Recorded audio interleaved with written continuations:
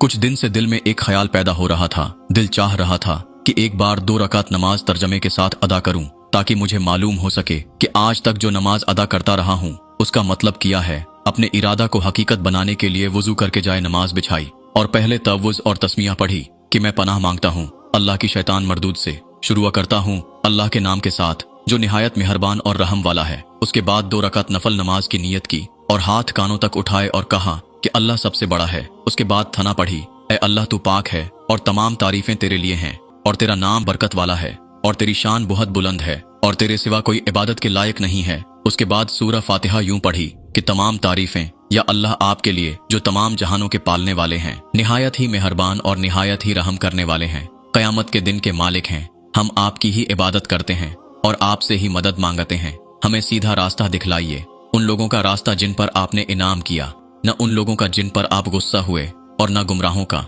उसके बाद सूरह इखलास पढ़ी, कह दो कि वो अल्लाह एक है, अल्लाह बेनयाज है, न उसकी कोई औलाद है और न वो किसी की औलाद है और न ही कोई उसकी बराबरी करने वाला है। उसके बाद अल्लाहु अकबर, अल्लाह सबसे बड़ा है कहकर रकुआ में चला गया। रकुआ में 3 बार ये तस्बीह पढ़ी, पाक है मेरा रब बड़ी अजमत वाला, पाक है मेरा रब बड़ी अजमत वाला है, पाक है मेरा रब बड़ी अजमत वाला। उसके बाद ये पढ़ते हुए खड़ा हुआ, सुन ली अल्लाह ने जिसने उसकी तारीफ की। खड़े होकर पढ़ा, ऐ हमारे रब तमाम तारीफें आपके लिए ही हैं। उसके बाद अल्लाहु अकबर, अल्लाह सबसे बड़ा है पढ़कर सजदे में चला गया और सजदे में ये 3 तस्बीहात पढ़ें, पाक है मेरा रब बड़ी शान वाला, पाक है मेरा रब बड़ी शान वाला, पाक है मेरा रब बड़ी शान वाला।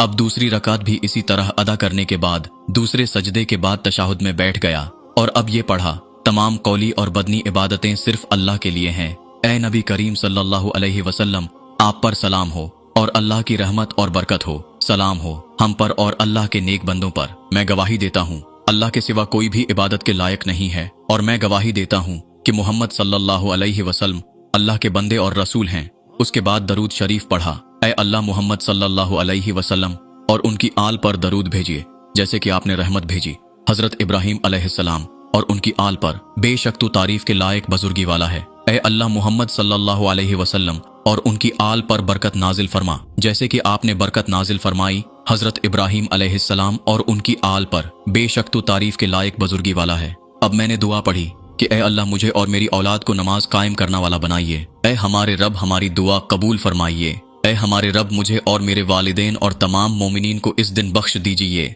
जिस दिन हिसाब कायम होगा। ऐ हमारे रब हमें दुनिया और आखिरत में अच्छी जिंदगी अता कीजिए और हमें आग के अजाब से बचाइए। उसके बाद दोनों कंधों पर मौजूद फरिश्तों को सलाम किया। नमाज का यह तर्जमा अपने जानने वाले तमाम अफराद को भेजिए ताकि सब लोग समझकर नमाज अदा कर सकें। यकीन जानिए एक वक्त आएगा आप इस सदका जारिया पर फख्र करेंगे।